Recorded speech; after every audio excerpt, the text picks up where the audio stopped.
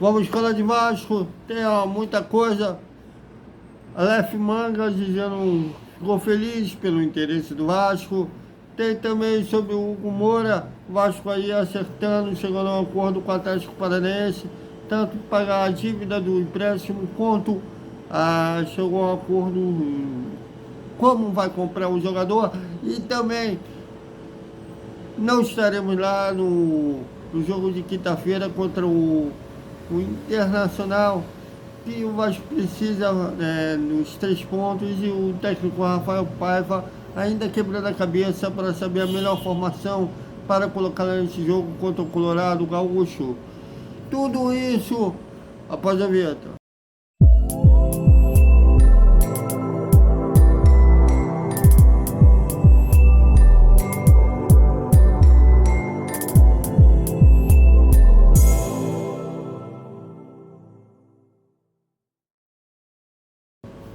Salve, salve galera do Vascão, boa noite para todo mundo. E quinta-feira, olha, não estaremos lá, rapaz, a bola vai rolar. E como vai rolar lá em São Januário, alegando ser pequeno, tem que receber o pessoal do Sul, e a gente ficou de fora mais uma vez. Aí vai ter narração digitada no Twitter, no Facebook, no Twitter agora X, no X, no Facebook, no Classic. E a gente vai repercutir tudo o que rolar lá em São Januário. Vasco Internacional é a 34ª rodada do Campeonato Brasileiro. Quem sabe o Vasco fica invicto em relação ao Internacional esse ano. No turno, lá no Beira-Rio, o Vasco venceu por 2-0 com o do Fabrício e do Adson. Esperamos assim agora mais uma vitória contra o Colorado Gaúcho, né, no jogo de São Januário, e o jogo de ida de no turno. O Vasco quebrou um tabu que não vencia o Internacional no Beira-Rio desde 2019.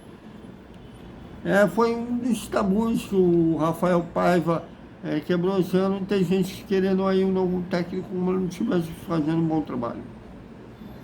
Bom, e o Aleph Manga, uns dão como gênio, né? Aquela parte não faz mal, eu tô carente, mas tô legal, tá dando ele como gênio. Que ele seria até titular, eu ia barrar o Varrete pelo jeito, segundo os que defendem a contratação dele. Olha, eu já falei aqui que eu acho que ele não tem perfil de jogador de qualidade que eu gosto defendendo o Vasco. Mas tem uns que querem a contratação dele e o Globo Esporte a gente não pode colocar, tem problemas de direitos autorais quando bota alguma coisa da Globo, é chato, né? Na TV Globo a Globo Play é chata em relação a isso. Mas para a Globo eles fez uma entrevista exclusiva, dizendo que ficou feliz pelo interesse do Vasco, que o campeonato da Série A está a via de acabar, acaba no dia 8 de dezembro, e que eles imaginam que quando acabar a Série A vai vir mais novidades. Mas ele, inclusive, lembrou quando ele jogava no Volta Redonda, já havia um interesse do Vasco no futebol dele, e que ele deixa com os seus empresários, seus representantes, as negociações, e que o futuro a Deus pertence. Bom, cada um com a sua opinião, mas vamos aguardar o que a diretoria do Vasco como ele vai tocar a negociação e se vai ser concretizada. Lembrando que o céu do Vasco é o Carlos Amadeu, que trabalhou com o Aleph Manga, teve pouco tempo atrás de ser contratado pelo Vasco. Ele trabalhou no Curitiba. Bom, e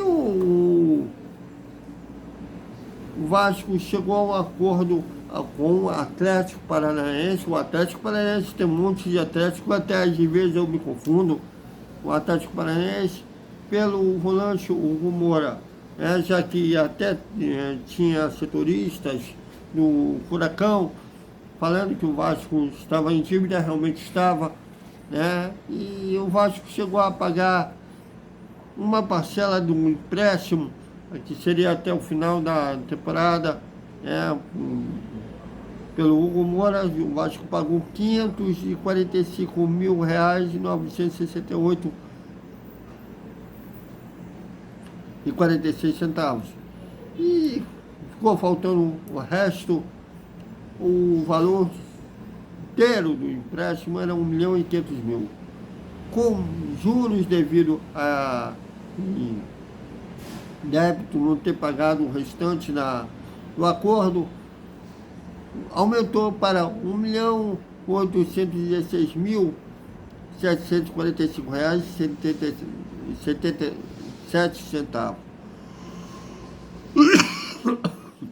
Desculpe, 97 centavos. E o Vasco chegou ao acordo de pagar uma parcela de 12 vezes de R$ 833.000, que dá um total de R$ 9.966.000. E o Vasco será dono de 100% dos direitos do Hugo Moura.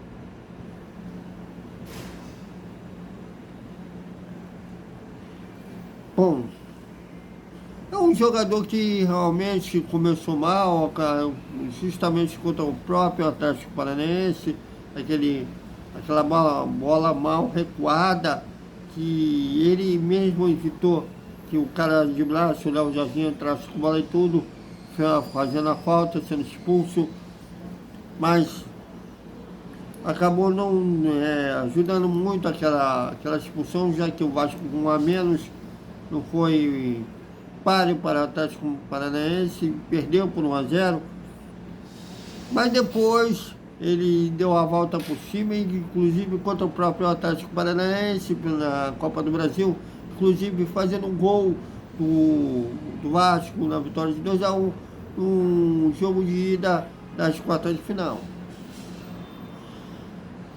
Bom, eu acho o preço para um volante elevado, né, na prestação que o Vasco chegou ao acordo do Atlético Paranaense, mas aí pelo futebol que ele vem apresentando, é sim uma boa contratação, um acerto da diretoria, cabeçada pelo Pedrinho, e manter o Moura. Agora, me chamou a atenção uma coisa,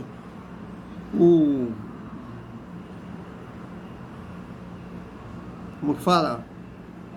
Gatilho para que o Vasco fosse obrigado a comprar o Hugo Moura era apenas só 5 jogos. Se o Hugo Moura chegasse a meta de 5 jogos, o Vasco já seria obrigado a comprar um jogador. Bom,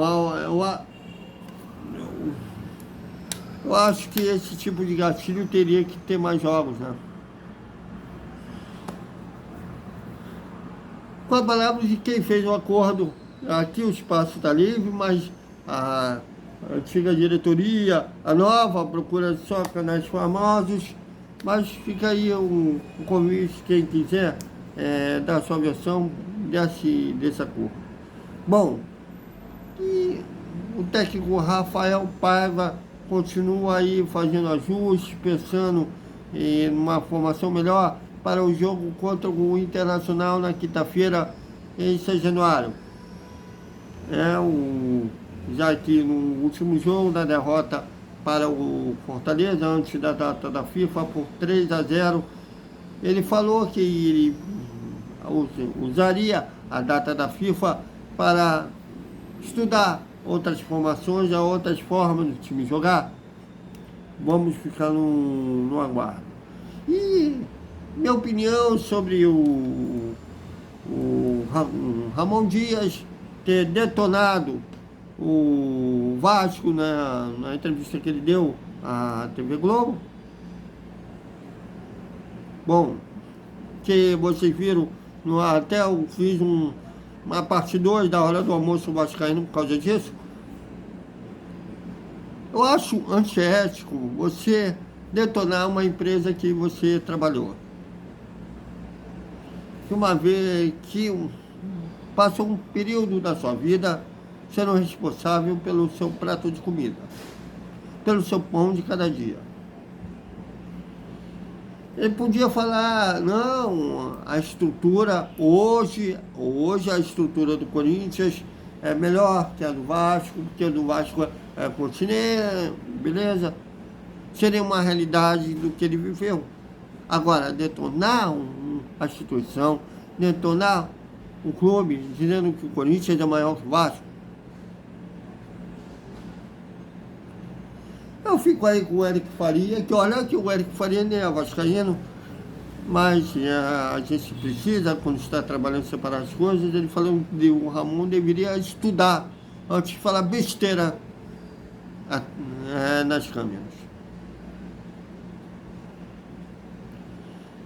É engraçado que o filho dele, o Emiliano Dias, antes de acertar com o Corinthians, fazia posts pro Vasco, que estava assistindo, depois de ter sido demitido. Aliás, foi uma fala canalha, apesar da diretoria ter deixado ele se despedir na coletiva que ele foi demitido na derrota de 4-0 para o Criciúma. Ele fez uma coletiva, ele não nem abriu para a pergunta, ele só se pronunciou dizendo que foi demitido via Twitter. Já ato canalha, mais do que isso, é impossível. E agora se trata de um lugar que ele trabalhou. Bom, se eu fosse dirigente de clube, pensaria 2 vezes antes de contratar esse cidadão. Bom, então é isso, galera. Até o nosso Desperta Vascaíno. E um boa noite com o resumo da quarta-feira do Vasco. Até mais.